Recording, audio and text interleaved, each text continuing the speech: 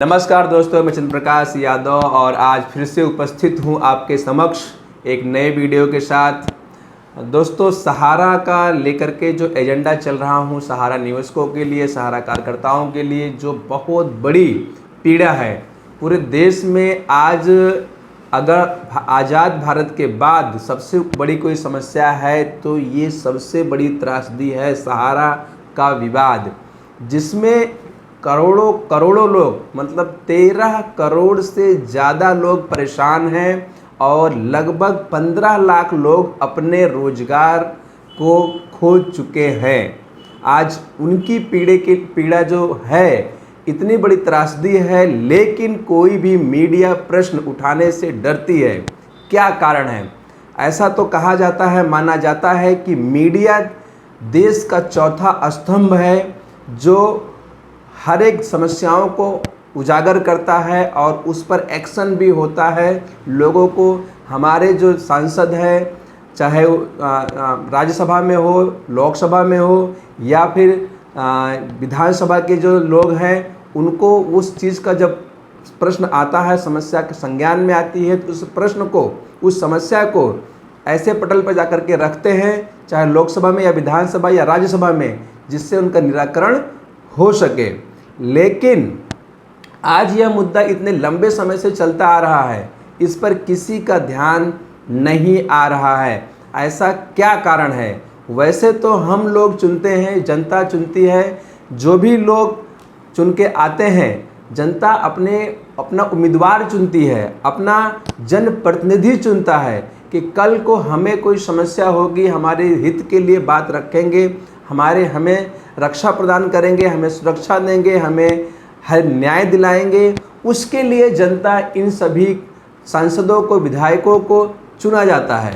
लेकिन जब विधायक बन जाते हैं, सांसद बन जाते हैं, मंत्री पद मिल जाता है, चाहे वो जो भी पद मिले, लोकसभा के अध्यक्ष बन जाते हैं, तमाम तरीके की चीज़ें हैं, लेकिन उसके बाद सिर्फ बड़ी बड़ी बातें होती हैं कि हम देश के लिए ये कर रहे हैं, वो कर रहे हैं, लेकिन समस्या का, लोगों को जिस समस्या है उसके लिए काम नहीं होता है।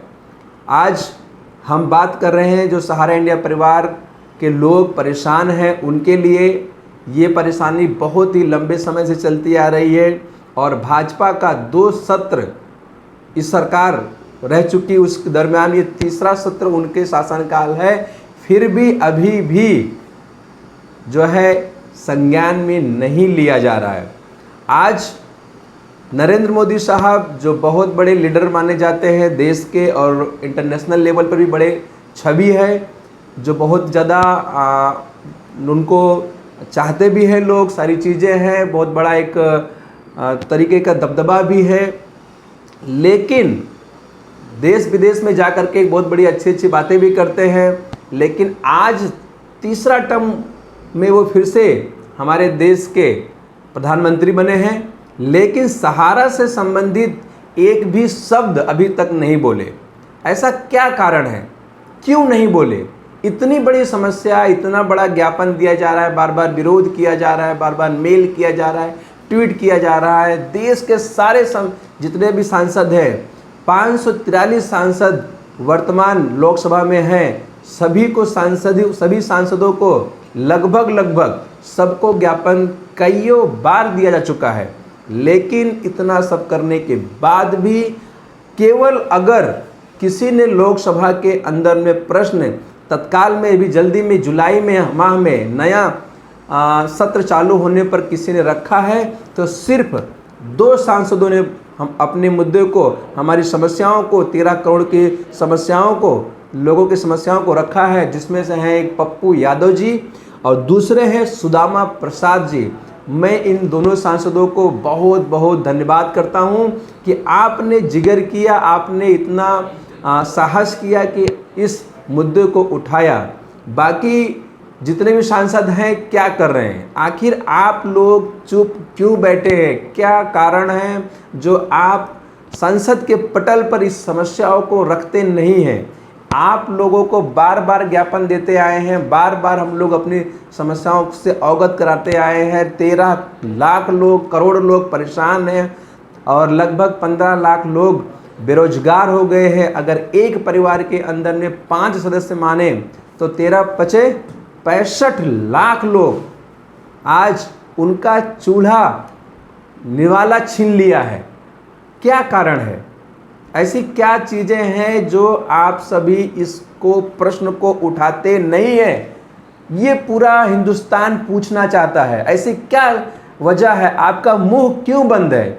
क्या आपने ऐसा क्या कमिटमेंट किया है? ऐसी क्या चीज़ें हैं? क्या आप घोल मटोल कर रहे हैं? क्यों इतने बड़े जो कंपनी चल रही थी, इतने लाखों करोड़ों लोगों का उसमें निवेश है और लाखों लोगों का 15 लाख लोगों का रोजगार चल रहा था, छीनने का हक किसने दिया? और अगर हम लोगों ने आपको, देश की जनता ने अगर आपको बैठाया है तो देश की जनता को न्याय दिलाने का कर्तव्य किसका है? क्यों नहीं इसके ऊपर बात करते हैं? आज इसलिए मैं थोड़ा सा आक्रामक हो चुका हूँ क्योंकि न्याय पाने में अब सीमा इतनी लंबी चली गई है। मतलब एक धैर्य का समय होता है, धीरज रखने का एक समय होता है, अब वो ख़त्म हो चुका है। परम आदरणीय सहारा श्री जी हमारे जो अभिभावक थे, उन्होंने हमें एक शिक्षा दीक्षा दी थी कि हमें ऐसा कोई भी काम नहीं करना है जिससे देश के कहीं दंगा प्रसाद ना हो, या हम ऐसा किसी हुड़दंग नहीं करना है, ऐसा कोई हमें इस तरह सा कोई हमें धरना प्रदर्शन नहीं करना है कि दूसरों किसी को परेशानी हो या देश को समस्या हो। हम लोग हमेशा उस चीज़ को ध्यान में रखते हुए हमेशा शालीनता के साथ अपनी बातों को रखें आप सभी के समक्ष, आप सभी सांसदों के समक्ष, सेबी के समक्ष।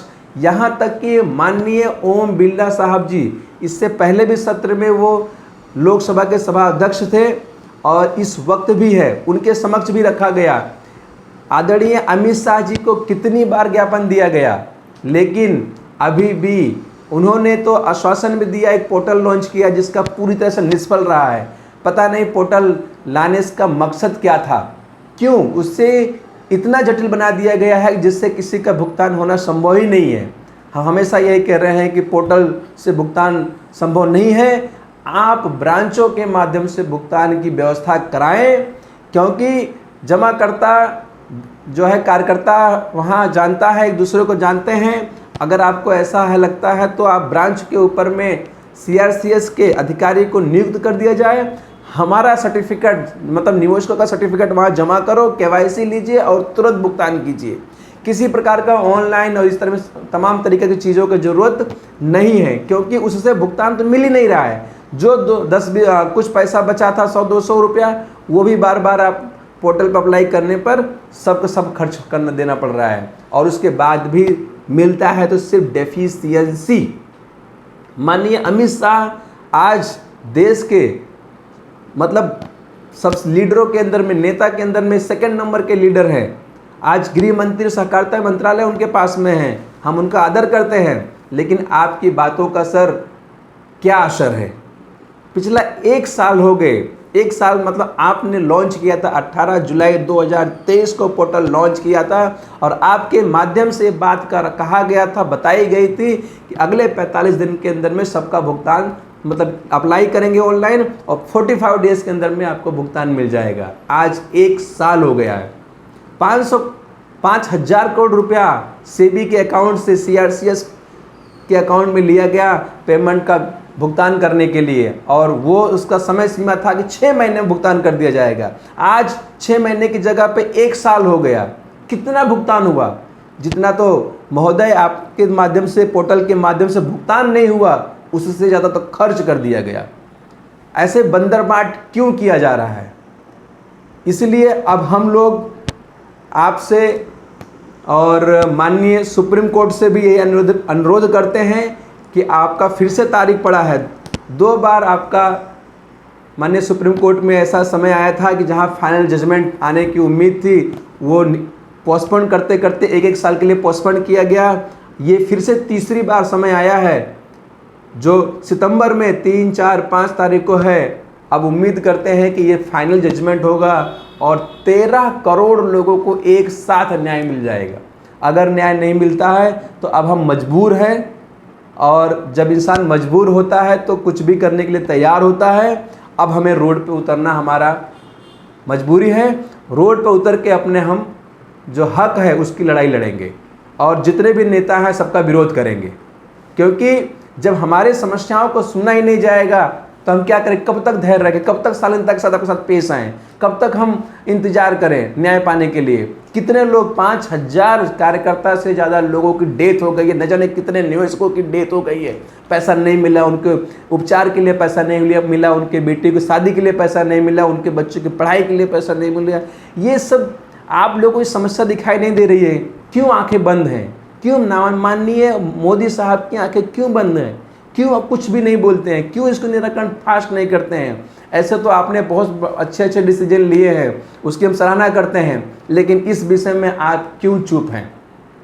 आप इसका निराकरण, अच्छा इसका भुगतान जो भी चीज़ें हैं जनता क्यों भोगे? अगर कंपनी ने कोई गलती किया होता या किया होगा, मुझे नहीं मालूम है, इनबिल्ट क्या होता है, बड़े लोगों की बड़ी बातें होती हैं, अगर किया होता तो आप उसको दंडित करना चाहिए था। लेकिन जमाकर्ता आज परेशान हो रहा है, कार्यकर्ता परेशान हो रहा है, ऐसा क्यों? वैसे तो सरकार का ये दायित्व तो होता है कि लोगों को जो भी चीज़ें हैं, कंपनियां गलती ना कर सकें।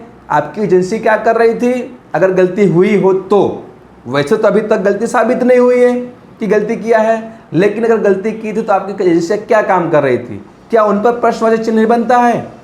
निवेशक क्यों परेशान हो रहा है? निवेशक को क्यों आज उसको धक्के पर धक्का खिलाया जा रहा है? उसका पूरा डिपॉजिट जमा धन ले लिया गया, नहीं दिया जा रहा है। वो सफ़र क्यों करे? उसका दोष क्या था?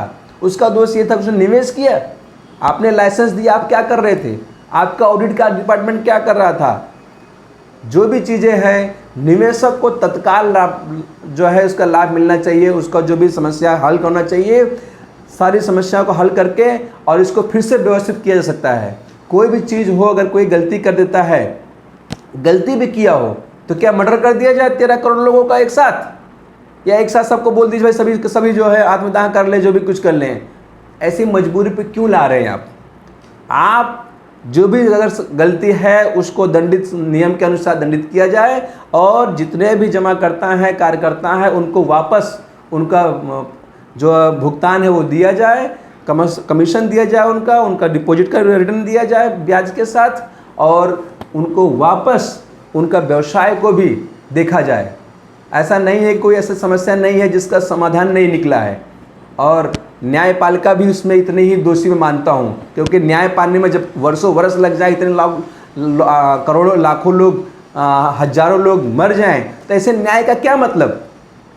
इसी के साथ अपनी वाणी को विराम देता हूँ। लेकिन हम लोग सितंबर तक, माननीय सुप्रीम कोर्ट का जो तारीख है, 3 तारीख, 4 तारीख, 5 सितंबर तक का हम लोग शांत बैठेंगे, अन्यथा हमें पूरे देश में रोड पर हम आकर के अपनी मांग करेंगे।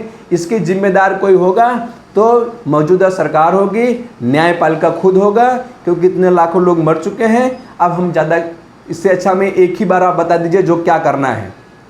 उम्मीद करता हूँ कि आप सभी हमारे इस पीड़ा को, इस दर्द को समझ पाए होंगे, क्योंकि इतना दर्द ऐसे नहीं निकला है। आज इतने वर्षों से पीड़ा दबा बैठा है, शांत रहने का प्रयास किया, शालीनता से बात करने का प्रयास किया, लेकिन निष्कर्ष नहीं निकला है, इसलिए दर्द छलक रहा है।